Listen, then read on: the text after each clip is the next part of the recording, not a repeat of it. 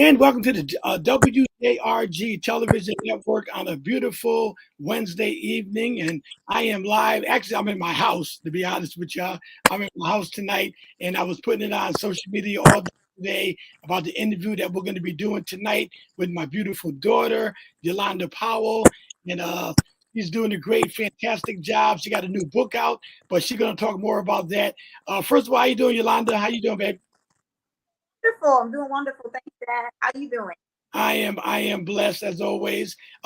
She's a gospel stage play writer, a producer, a radio personality, a book author, a mother of two, an actress, and also a promoter and entrepreneur. So, Ylonda, talk about how everything got started with you, in your development.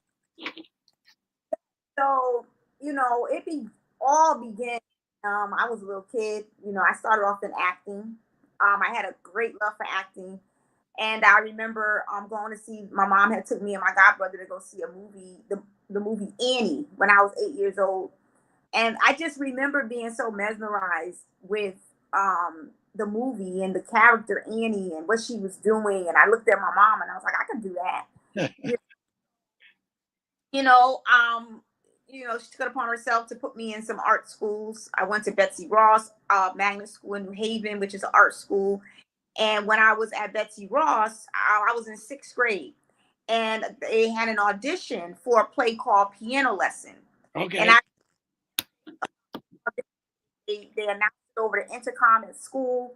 And I just remember going home and, telling my mom, like, I want to go to this audition. So whatever she did, she got, into the audition. And I remember I did get the role. I had to split it with another girl named Shanae Johnson. So we actually split the role. So she did some shows.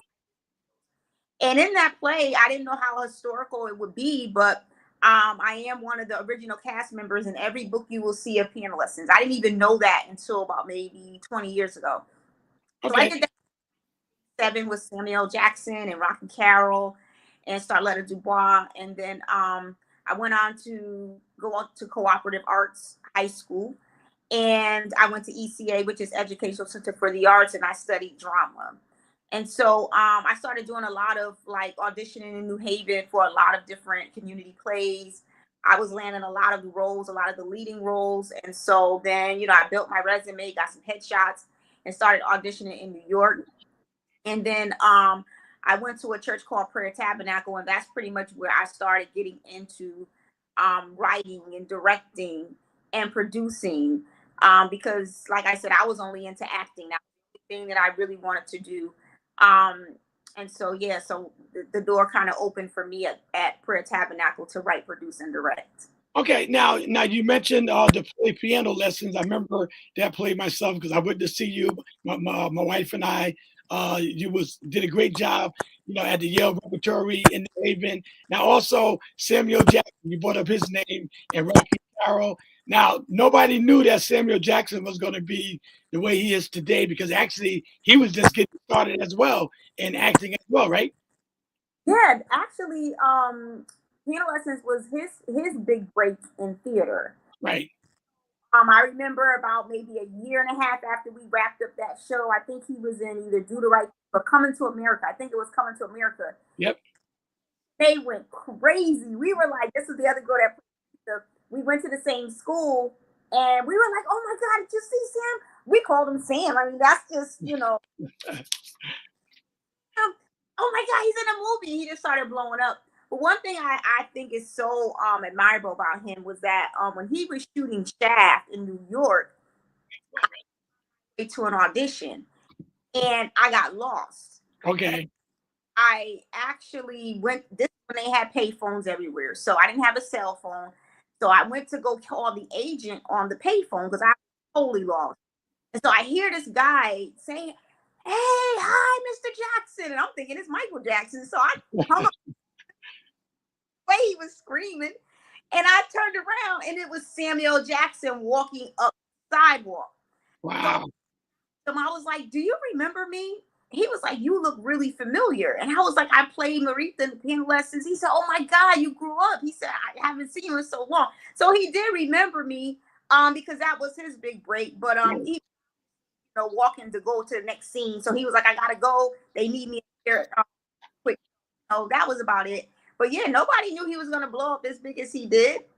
Okay. Now, also, you starred in another play with Ron O'Neal, right? The guy that plays Superfly. Let's talk about that a little bit.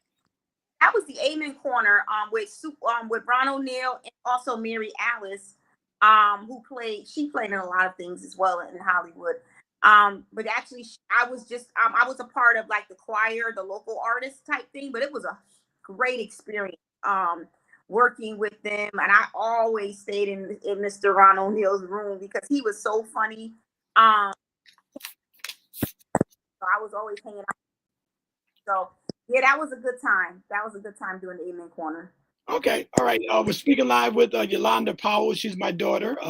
She's an actress, like she just talked about some of the people she performed with coming up: Samuel Jackson, Ron O'Neal, Rocky O'Carroll, and some other people as well. Now, Nick, I call her Nikki too. So if y'all don't know, Nikki, who one of your favorite actors or actress that you admire today in show business? Oh wow. Of course, people. It's a few of them. I mean, I like Angela Bassett. Some of my old school ones were like Meryl Streep, Okay. Yep. Julia Roberts, Sally Fields. Some of the African American actresses, Viola Davis. I think she's actually She's great. She's great. drama, so I love to watch drama, but I also love comedy. So I love the diversity that Angela Bassett can play as well. So I'll say those two, Angela Bassett and Viola Davis.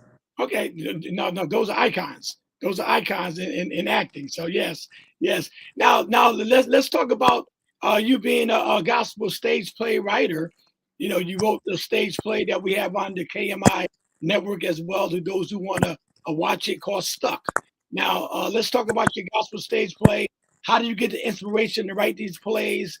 And just let's talk about the beginning of your writing and producing and being a stage play and being an actress yourself. Go ahead, talk about Stuck. A lot of people ask me that. Like I said earlier, I started going to Prayer Tabernacle when I was like 18 years old. And of course, I met with the late Bishop Moles at that time. And he wanted to know my interests, especially as a young adult. I told him I was into acting, and that's pretty much, and he just took it and kind of ran with it a little bit. And so I remember him, no, I remember his wife, a lady Moles, rest in peace as well. She came up to me, she was like, doing a program. It was a woman's program. I'm like, I really don't write. Like, I was like, I'm just an actress. Like, I don't write like that. But because she asked me, I put together this 5-page. That was all I did. 5 pages. I got some cast members. I was like, look, I need you to be this mole. She got, so everybody loved it. Like they kept talking about it. And I think a few months later, Bishop Mose came to me. He called me into his office. He said he had an idea for a play for Christmas, and he wanted me to shaking my head and scratching my head like I'm not a writer. Like why y'all trying to get me to get into this? So of course, him being my bishop, I didn't want to say no. I sat down. Then I wrote a 20. I think it was like 20 pages, and I did the play, and then I added some dancing. I added some music. And the play was about an hour long, and people talked about that literally for months. I mean, Okay. some Facebook will be like, I remember we used to do the play. So that's how it kind of happened. But I knew I had a gift when one time I was doing a play for the church and nothing was going right. Like the scripts were in print, the actors weren't showing up a lot of times. And it was just very discouraging. So I went to Bishop and I was like, Bishop, I don't think this is going to work. I said, I think we need to just call print. The printer is broken in the house. He sat about a good 15 minutes, and then when I finished, he said, "Well, I hear everything you saying." He said, "But that's I'm not gonna take no excuses. You have a show that's up, and I expect you to be prepared." Okay. So, so what happened at that particular show? The people were blessed. The actors, everything fell into place, and I remember when we finished the production, we went off stage, and an elder Vernell. A lot of these people have passed on, but Elder Vernell, may she rest in peace. She ran off stage. She was like, "Bishop wants you back on stage," and I was like, "Why? The play is over." She said he wants you to come back. So I came back on stage. I mean, these people around that congregation were shouting. People were running Mm. from church. I mean, the Spirit of God fell in me, and I didn't even know it because we were, we had went off. So he said to me, he put his arm around my neck, and he said, "Now, would you?" Now he said, and these are my words. You see what, if you would have canceled this wouldn't have happened. You broke Right. with this production. And so from there, I just began to be like, okay, well, maybe, this is something I need to embark on. So from there, I started writing more skits and things for the church. And then stuff was inspired when I just started seeing people in my church and my family, my community just stuck, just in everything, poverty, stuck, bitterness and anger and all kinds of stuff. So I was inspired to write Stuck in 2010. And that's a powerful testimony in itself how I got started with that. But yeah, that's how I pretty much got into playwriting, producing, and directing. Good, because the play stuck. Like I said, it's a message. So, what's the message you want to share with the people that watch it, and who's the ones that should be watching Stuck? Well, to be very honest, even though the cast is pretty, or the characters are pretty much African American, we've had so many people from all walks of life come to the play. And I would say anybody, it's universal because I've had older white Caucasian women, like elderly, come to the, and they're like, "Oh my God, I can relate to that character. That boy is just like my nephew." And so, yeah, you know. So the message is so universal because every family is stuck in something. I don't care how much money you have, how much status you have. Somebody is stuck in either unforgiveness, they're stuck in their health, they're stuck financially, they're stuck mentally. So the play is really universal. So I believe anybody can watch it and be blessed. Okay, you had another play too, right? Big Boys Do Cry or something. What? Let's talk about that play. You know, I mean, am I saying it right? Exactly. Yes. Big boy. It's funny because a lot of men always get it wrong and say big boys don't cry, and I'd be like, no, they do cry. They be like, well, Well, I was one of the ones that said big boys don't cry, but like you said, big boys do cry. Go ahead, talk about your play.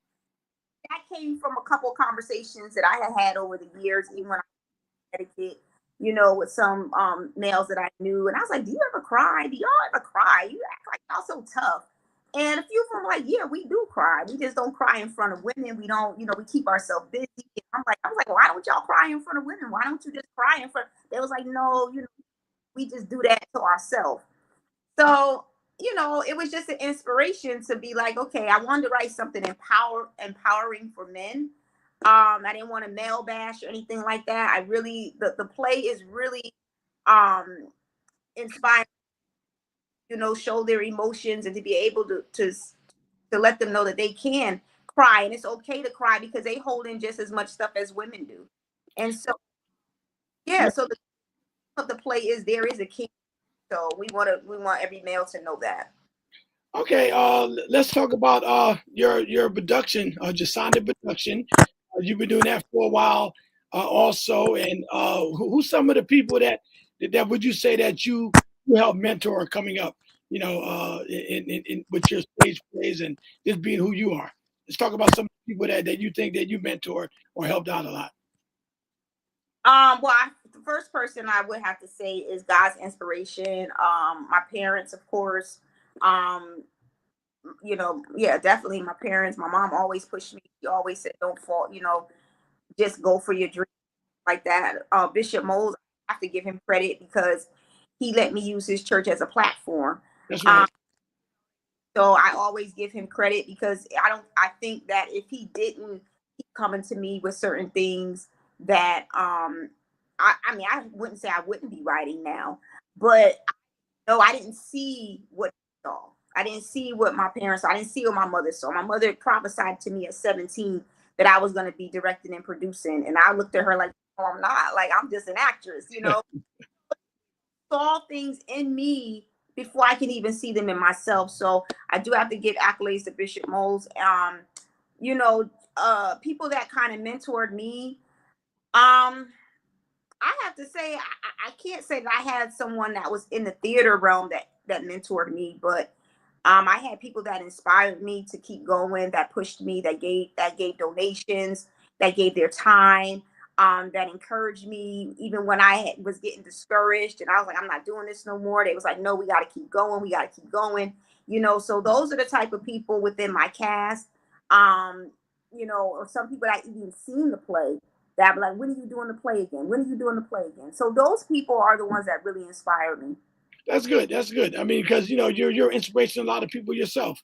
And you'd be surprised how people look up to other people. Because they need somebody to grab onto to help them with their dreams. I've always wanted you to do your own thing. Whereas like can't nobody say, well, her father, she got it because her father. No, no, you got your own gift that God gave you. God's going to bless you in a certain way, like He's going to bless me in a certain way. So but you got to step out on faith yourself. You can't step out on my faith, your faith, because that's how God going to operate through you.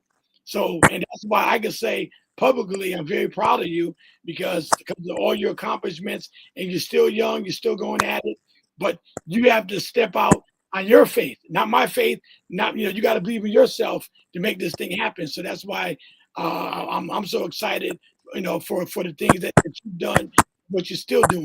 Well, let's talk about the girls, the Layla and London, my grandbabies. They're not babies no more. So you got them in acting too, right? Or Layla, what you want to act now? Actually, everybody kind of knew Layla. You know, Layla's been dancing since she was in diapers. I remember one day we were watching Mickey Mouse Clubhouse, and I seen this girl. She couldn't even walk, and She she got was that from me. I taught her how to dance when she was young. She was a baby. And then tell her, hey, there's gonna be a showdown. We used to sing that song, but go ahead. um. So you know, she's actually dynamic at dancing. Like that's her thing. But London was my child that was pretty in her shell, very shy, you know, didn't want to speak in front of people. And she just is blossoming you know, in front. Now she is taking on the acting thing more so than Layla, which surprised me because I thought she would always be one of those people that kind of worked behind the stage. Right, right. I mean, don't get me wrong, she's great at that too. I mean, she's that one that if I set up a desk in my office, she wants a desk right next to mine. She Okay. wants what I'm doing, and I love that about her. But she definitely is into acting now. She's taking it very seriously. She's asking a lot of questions. They're both in an art school here in Okay. Charlotte. So one is taking dance and one is taking acting. Right. And she wants to go to Yale too, right? She was telling me. Yale Yeah, University. Wow. but she also has a knack for chemistry and stuff like that. Putting little concoctions and stuff together. So she's gonna go, but I know definitely she's talking more so acting.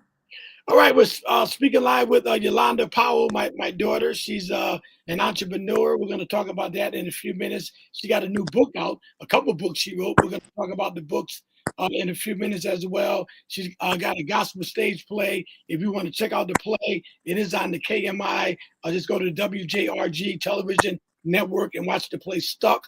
If anybody that needs to watch it, she's been doing that. She also worked with me at the Hollaback Awards and Gospel Fest and radio. Let's talk about your radio career. I mean, you're not. I mean, are you interested in get back into radio anytime soon or something? Honest, that it's been on my mind for in the last few years. I really haven't thought about it, but the last 2 or 3 months, it's been coming back to me at least 2 or 3. I ain't want to say nothing to you, but I said I think I need to get back into radio, even if it is talk radio. But I love music as well. Of course, I grew up around music. My parents, my grandparents. So I love gospel music. I love all types, but I love gospel music. So yes, I definitely want to. But my most memorable time of doing radio is when we did our radio on WDJZ. And I still tell people about that. I said we used to go there every Saturday from 9 to 12. Yeah. interview some of the biggest stars in gospel, like, and that was one of my memorable times. Of course, being on WYBC, also the radio helped me to build my performing arts school back in the 2000s. So yeah, radio was a good tool for me, like a really, really good tool. And it's also a great ministry as well.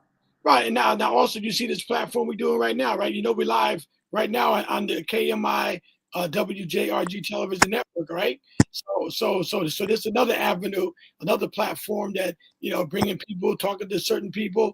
Hey, the door is open. You're part of the KMI. All right. So what I'm doing now, you can be doing the same thing. Okay.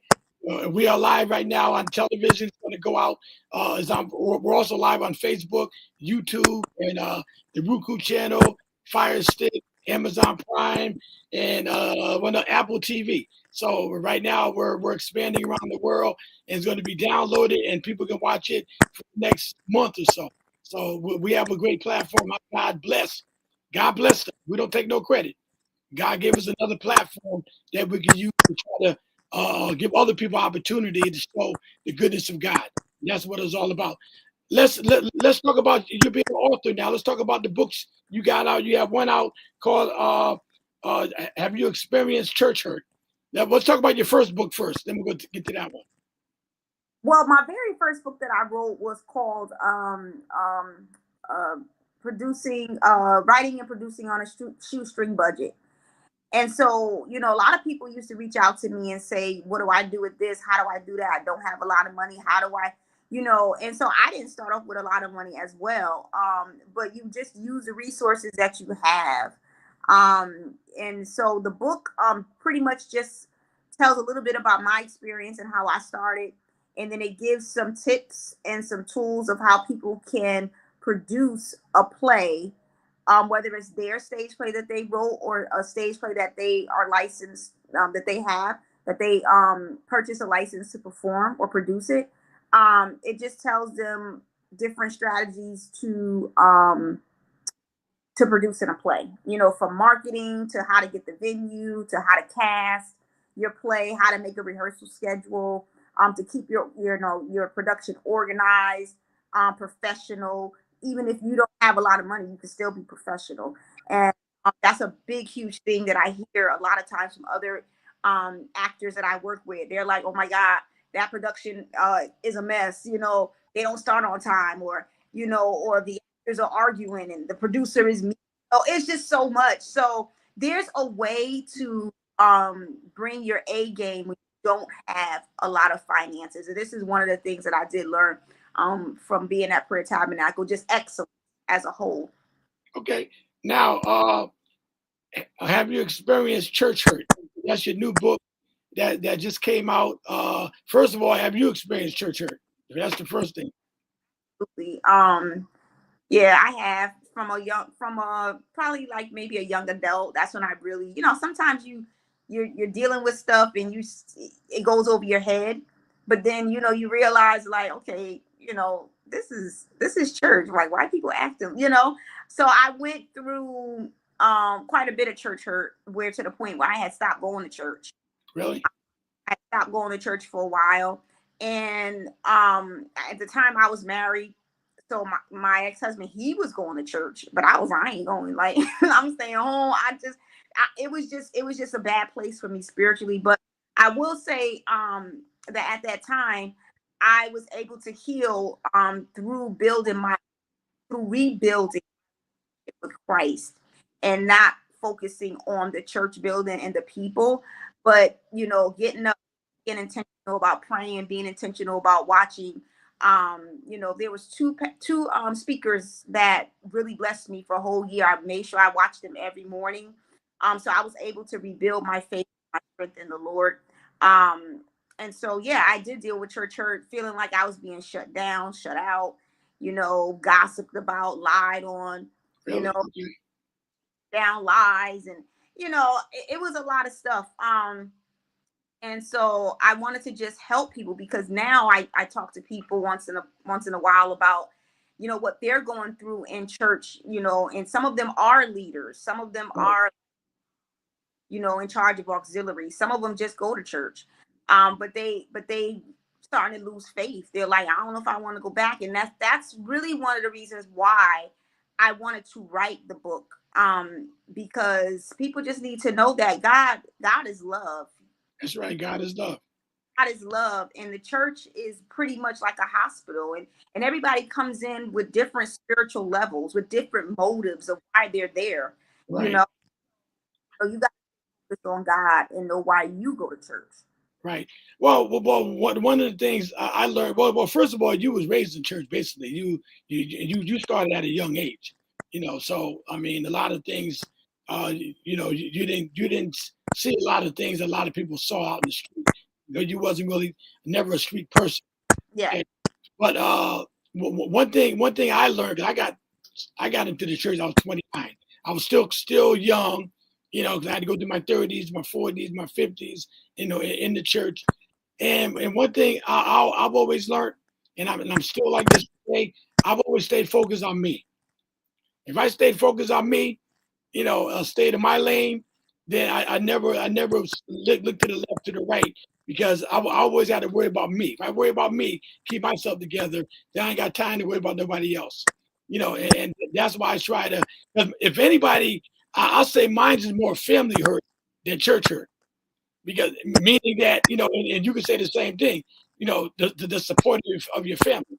Do you get the support of your family? And the answer is going to be no. Okay, I can say the same thing. No, but does it hurt me? No, because I don't take it personal. Because as long as I'm doing what I'm doing, stay focused on what I'm doing, and I'm satisfying myself, not nobody else.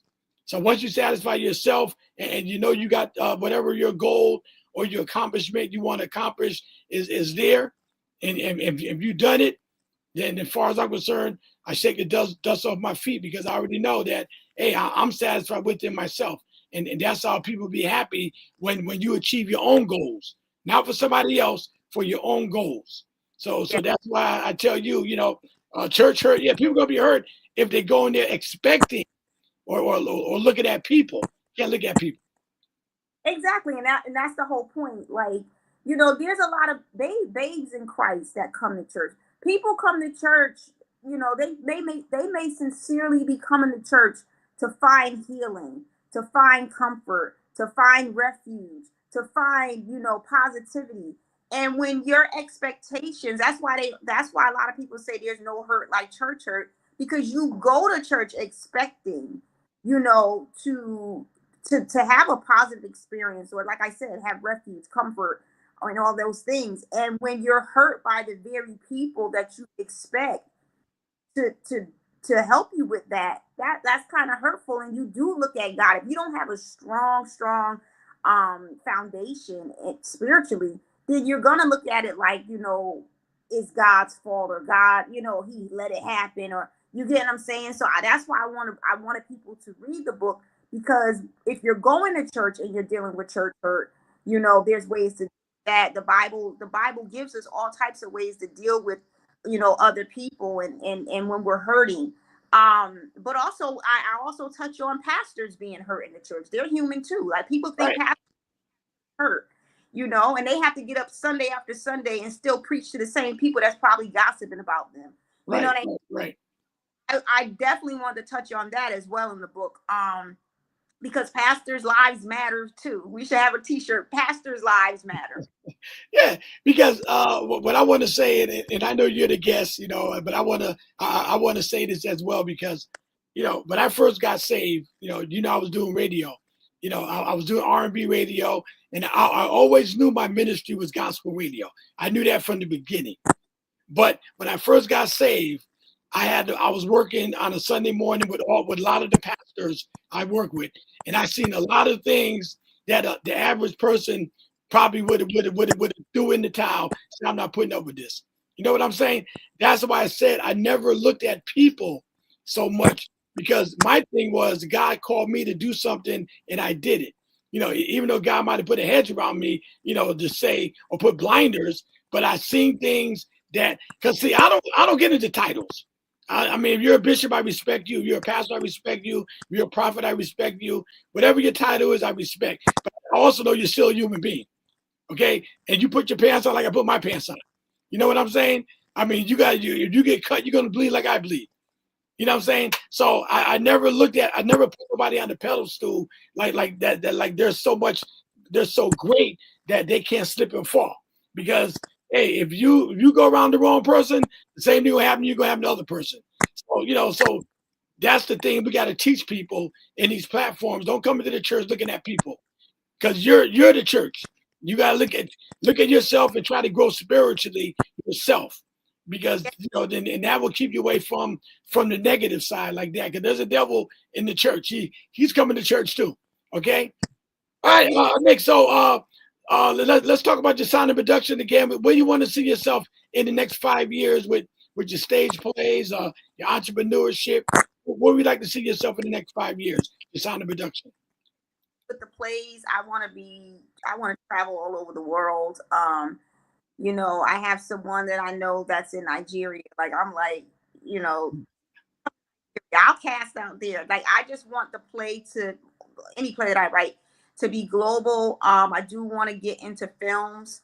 So whether it's turning some of the plays into films or writing my own films or helping to produce other films, I want to see my company be the number one production company, faith-based production company, in the world, pretty much. And as an entrepreneur, of course, right now my mindset is building something for my children, because what I don't want them to do is get stuck on a job, get stuck in an apartment. And I'm not saying that's not, thank God for the apartment and the jobs that are out there, but I just want them to have a bigger opportunity. When they leave college or high school, whatever they decide to do, that there's an option for them to get into the family business. And that's pretty much where I want to see myself in 5 years, setting up my kids and any of the youth that I work with that I can help out, setting them up for success. Yeah, because the main thing you want them to know that their dreams can become a reality. All right, that's the key. Because I mean, no matter what you do, the only person that's going to stop you is you. You got to look in the mirror and ask yourself that question. Look in the mirror and say, the only person that can stop me is me.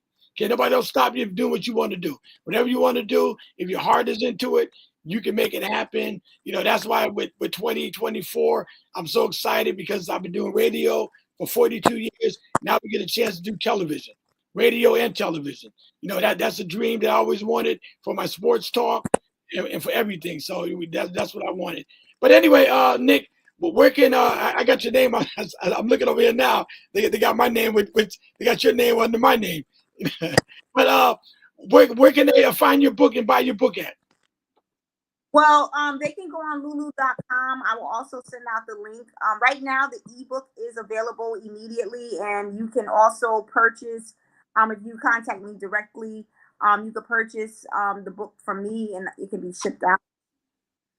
We're still waiting for distribution to clear so it can be on barnesandnobles.com, amazon.com. So that should be up and going in the next week or two. But yeah, like I said, the ebook, people have been really purchasing the ebook, which is really good. And so, yeah, I'll make sure that they get the link, or they can reach out to me. And my email is jesonda@yahoo.com. So it's jesonda@yahoo.com. Okay, I do want to say this show is being produced by Big Don from Big Don Production as well. He's my partner with the television station. We're excited, what God is doing. My final question for you, Ylonda, Nikki, Ylonda, I call you both names. What advice would you give someone who wants to get into acting or directing, being an entrepreneur? What advice would you give someone that's young, looking up to you or other people and have dreams, that they want to make a reality for 2025? Or what advice would you give them? I would definitely start with the acting. I would definitely get into an acting class. Okay. Take some acting classes. Definitely take an audition class. Improv classes are extremely good as well. When I do my workshops, currently I am still doing workshops. I always tell people that's the number one thing people ask me: how do I get into acting? What should I do? Get into some classes. Start to that shows a casting director and anyone that you're serious about what you're doing. The next thing is start looking You can go on the internet, of course, now find some local auditions in your area and just start auditioning. And I say to take an audition class or even go on YouTube. YouTube is a great resource as well, because you want to learn how to go in and audition. Everybody doesn't know how to audition. You may know how to act, may be able to do the role, but if you can't get past that audition, that's just like an interview for a job.